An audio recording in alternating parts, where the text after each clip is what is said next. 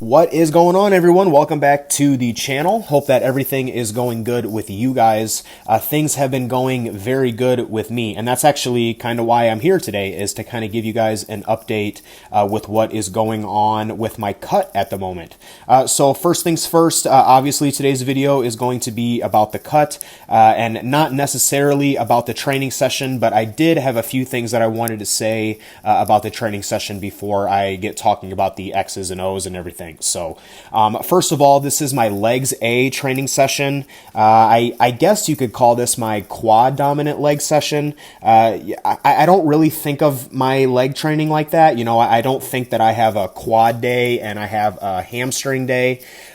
Instead, I think of having like a squat day and a hinge day, or an RDL or a stiff leg, whatever hinge it is that you are doing. That's kind of how I like to think about it. So my legs A workout, which is the one that you are watching now, that is my squat focus day. So the main exercise in this workout that I have everything kind of centered around is the hack squat. And then my legs B training session, the main exercise that everything kind of centers around is the RDL. So again, I don't really consider my leg days to be one quad dominant or one ham dominant, because I have a mix of both in both of my leg days, but this is my squat day, so to say. I've posted this training session on my channel multiple times, so if you guys have seen those videos before, the programming has not really changed. Everything has stayed the exact same. The only thing that may be different today is I did my exercises slightly out of order. So typically I will do my hamstring curls, leg extensions, and adductors, and my calf raises, to be fair, before I do the hack squat, and I'll do the hack squat at the very end. Well, on this particular day, there were just tons and tons of people who wanted to use the adductor, and the adductor never became fully available for me until the very end of the workout. And so you will see that I did the adductor at the end of the workout, and my performance did decrease from the previous rotation.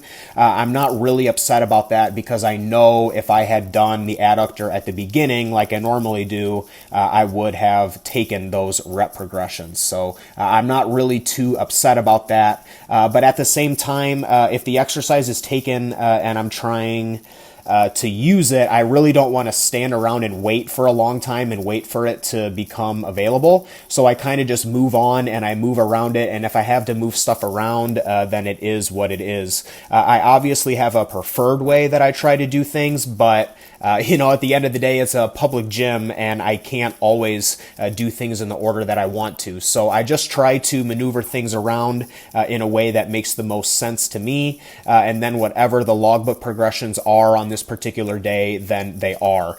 Again, when you're moving stuff around, you can't really expect to kind of hold yourself to the same numbers logbook wise, because not all of the conditions were the same. And then the last thing that I'll mention on this training session is I typically do 2 sets of bicep work. Here I do a high cable bicep curl. On this day also, the cable station, there really is only one cable station that I can do this exercise on. The rest of them don't really suit it too well. And that cable station was getting used a lot today too. So the way that this worked out is I did this leg workout on a Tuesday, and then the next day on Wednesday I had a push session, and then I had a day off on Thursday, and then I hit pull on Friday. So I had a day off in between the push workout and the pull workout, so I just took the 2 sets of bicep curls that I was supposed to do on this leg session, and I moved them to the following day on the push workout. If I was doing the push workout the day before the pull workout, I would not have done that, because that would mean that I would be training my biceps 2 days in a row, and there's no instance ever where I would train any muscle on back-to-back days. I would always give it 1 day off, but because the schedule kind of played out that way, I didn't really have any issues skipping the bicep work on this day and just moving it to the push session the following day. So that's pretty much all that I wanted to note about the session. The seated leg curls and the hack squats, I did kind of like a form reset on, so the numbers went backwards slightly, but the execution is much, much better. And the goal from here on out is to build that performance back up with the better execution, and that will be very fruitful for my leg development. So that's enough about the training session. You guys can obviously watch and ask questions in the comments, and I'm more than happy to answer. But I kind of want to talk about my cut and just kind of talk about what has happened since the last time I updated you guys with what is going on within my own bodybuilding, which was my podcast episode that I posted probably 2 months ago now, maybe a little bit more than that. So I am down at 17 pounds in about 8 weeks of dieting. So I started my cut at 230 and I am currently weighing 213. So from the high point to the low point, that is 17 pounds down in about 8 weeks. So that, do the math, that's a little over 2 pounds a week on average, which I am very, very happy with. As I mentioned in the podcast episode, kind of like the introduction to the cut, my goal with this beginning phase of the cut was really to just get stuck in and get things going right away, so to say. I really did not want to waste any time doing a slow cut when I'm chunky at the beginning of the cut, and combined with the fact that I had like no appetite at all, that was just a perfect recipe for me to drop calories very aggressively and just get a ton of weight off very quickly. And I am still kind of in that phase. Like I said, I've been dieting for like 8 weeks now, and I really haven't, experienced any what I would consider to be like negative side effects of the cut, so to say. My training performance is still increasing. It's going very, very, very well. Obviously, the exception to that would be the exercises that you're watching today. But as I mentioned, I did a little bit of a form reset and everything on those. So aside from that, all of my training performance is either creeping up or it's holding, which is great. Considering that I'm down considerably in body weight, and also at this point, I still haven't introduced any hormones or anything. I'm still cruising on 150 milligrams of tests. So I have been off PEDs for about 4 months now, and I am stronger now in March of 2023 than what I was in November, December of 2022. So that is obviously very promising. Just goes to show that I am managing my recovery and I'm managing my training volume and everything very appropriately. As I mentioned in the podcast, there will eventually come a time where my training will become a challenge for me to maintain my performance. And then at that point, that's when I will start to increase my supplement usage. But until my body really gives me a reason that I need to reintroduce the PEDs again, I am going to be staying off of them for the time being. So, yeah. The diet has been honestly very easy. This has probably been the easiest cut that I have ever done in my entire life up until this point. Like I said, I have made very good progress on this cut, over 2 pounds a week on average, and I still have no issues with hunger or anything like that. I am not stuffed, which is what I was at the beginning of the cut. I literally had no interest in food at all, and the thought of food kind of disgusted me. When you're eating 5,000 calories a day every day for like 6 months in a row, the appetite just doesn't exist anymore. And my appetite still is not high, but it's also not, completely bottomed out and at rock bottom. So I'm kind of in this like nice little sweet spot where I'm not really hungry to the point where it's starting to affect, I would say, my quality of life. But at the same time, when meals come around, I am ready to eat them, and it's not difficult for me to eat them.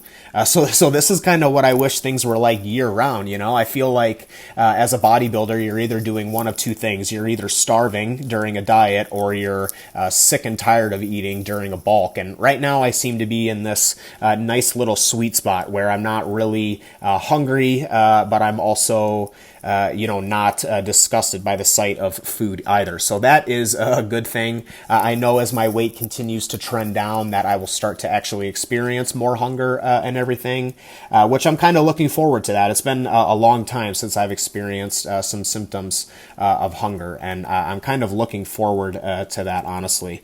I know people who are cutting right now who are listening to this are probably like, man, what are you talking about? Being hungry sucks. But I don't know, man. Being hungry sucks, but I think if I had to pick between being hungry or being stuffed and having to force food in my mouth, I definitely would prefer being hungry.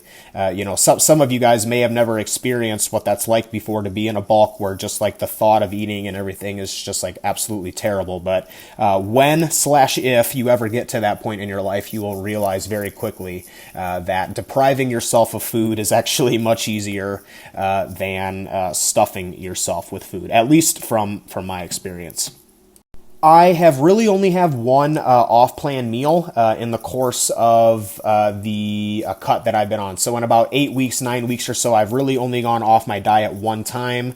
On Valentine's Day, my girlfriend and I went out for a meal, and I had pre-planned that in advance. So I knew that that was going to happen. That was not like a spur of the moment type of thing, but that was kind of planned out in advance. But aside from that, I have been on, the calories that I listed on that video, roughly 3,000 or so on training and close to 4,000 on rest days ever since I made the cut since I made the first diet adjustment. And I have just continued to ride that progress week after week after week. My steps have increased. So at the point that I made that video, I think I was getting around 4,000 to 5,000 steps per day. My steps now are closer in the 7,000 to 8,000 range. It is starting to get a little bit warmer in Illinois and the suburban Chicago area. And the past couple of days we've had the sun out, which is kind of a rarity. And so I've just been going outside a lot more, taking the dog on walks a lot more. And just so naturally I am gathering more steps that way. So that obviously is contributing to the weight loss, but it's not something that is like a real, I would say, hassle or strain on my day. The last time that I was cutting, I ended my cut, I was getting around 15,000 steps per day. And there were tons of times during that cut where I had to get up and force myself to go out and get the steps in. Otherwise, I would fall short of my step goal for the day. I am hitting my step goal almost effortlessly at this point. I very rarely have to actually make time to go outside or go somewhere and do steps. What ends up happening is I just kind of go about my day as normal, and then I end up looking at my pedometer and it's like, oh shit, I've already got 6,000 steps, and it's like, noon. So I'm really not having any issues with that, which is good. So I think I'm just gonna, wrap this one up here, guys. If you guys have any questions or anything, or if there was anything that I left out that you wanted me to talk about, then please feel free to leave it in the comments, and I'm more than happy to answer your question. Let me know if you guys like these voiceover style training videos more, or if you like the raw training sessions. And as always, take care of yourselves.